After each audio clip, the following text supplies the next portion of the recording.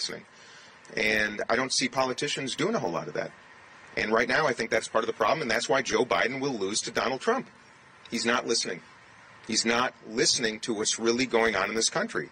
And if my campaign becomes one about a wake-up call to get Democrats to listen, to start inviting voters instead of condemning them, to show up in the middle of America and listen instead of tell people what we need to do, then I'm doing the country a service. And I think by practicing democracy, we all are doing the country a service. And if Granite Staters want Joe Biden to be the nominee because they think he will beat Donald Trump, these are smart people here, and I will defer to how they feel. But I think by not giving people a chance to even share their perspective and choose a candidate is not just a dereliction of duty, it's just downright dangerous. Any questions on housing, folks? Yeah. Why we're here today. Yeah. Go ahead. We'll go over there. You mentioned you were going to learn something today. Are you doing something inside? Yes. Can you tell us a little bit about that? Yeah, I'm taking a tour of Liberty House here in Manchester because I am around the country seeing way too many veterans who can't access the services that they have earned and that they deserve. And that starts with housing. I started my comments today about saying that a roof over one's head is a lot more than that. It really is the foundation. Whether you're a child, a veteran, an elderly American, if you do not have shelter, a safe place to go to sleep at night, how can you live a life of dignity in America? You can't. And why are we a country that doesn't ensure that everybody has access to a home? Why are we a country that does not ensure that everybody has access to health care? Why are we a country that still doesn't ensure that every young American can pursue education that they're both worthy of, deserving of, and aspire to? I don't quite understand. And by the way, that's not a leftist position. That's not a progressive position. That should be just the most downright moderate centrist position in America. And I'm here to learn about why these men don't have homes, about why we lack addiction and treatment programs, and why we lack recovery programs, and why we lack the job training programs and the preparation to make sure that everybody has a chance.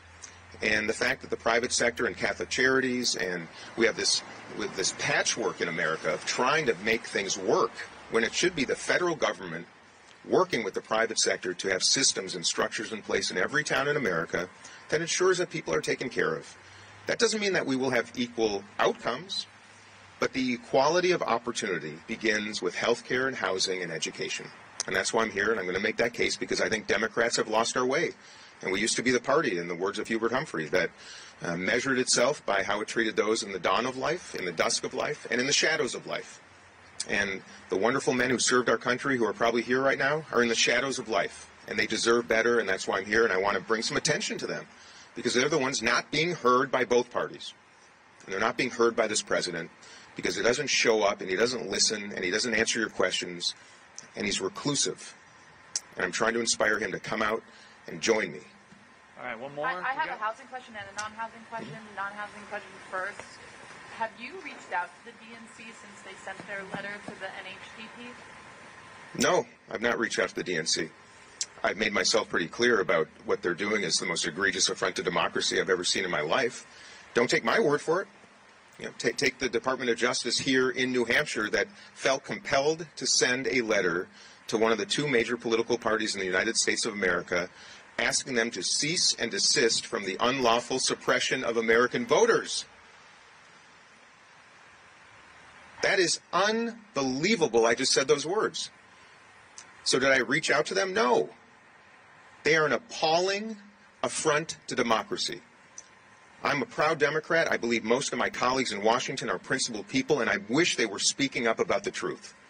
I'm not going to condemn MAGA Republicans who I believe risked our entire country's future on January 6, 2021 because of their silence afterwards, other than just a handful of people like Liz Cheney and Adam Kinzinger. I'm not going to now be quiet when I see my own party doing the same damn thing. They're doing the same thing, and they're doing it overtly, thinking that they can delude the whole country into believing the nonsense that we're protecting democracy. If you're protecting democracy, you are inspiring voters, you are inspiring candidates, and you are inspiring debate. And I'm angry because I don't see this country paying attention to something that it should downright be paying attention to really carefully right now. It's a crisis.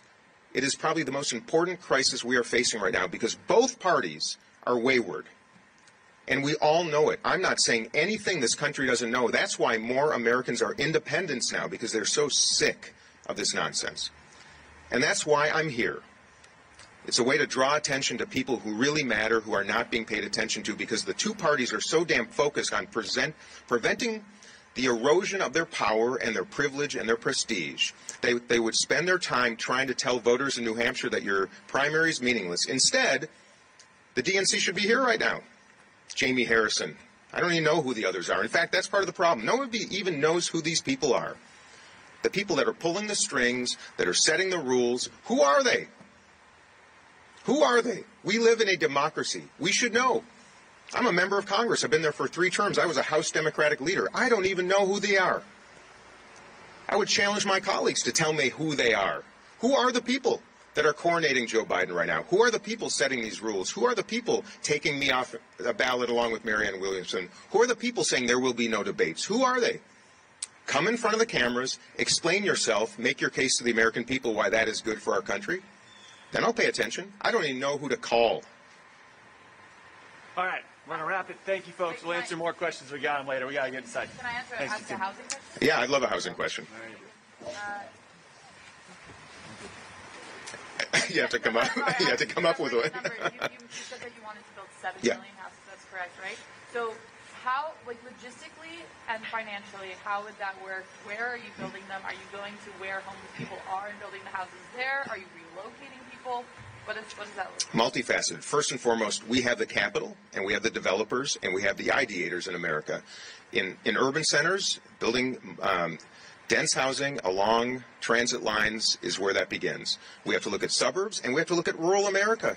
If we want to revitalize rural America and Democrats want to start actually inviting voters to pay attention to Democrats again, let's build extraordinary housing in rural America. Let's design new communities.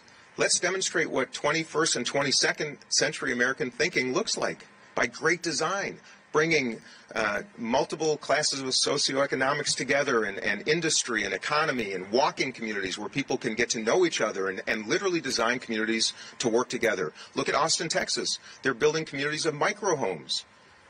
Microhomes, 2,000 units in a community where people actually can get to know each other. They have little front porches. That works. We can build dense housing. But you know, the fact of the matter is most communities that are screaming about their homeless crisis, they have laws on their books designed to make building housing almost impossible. Talk to any developer in the country. So my proposition is this: a federal pool of dollars to work with the private sector to inspire development.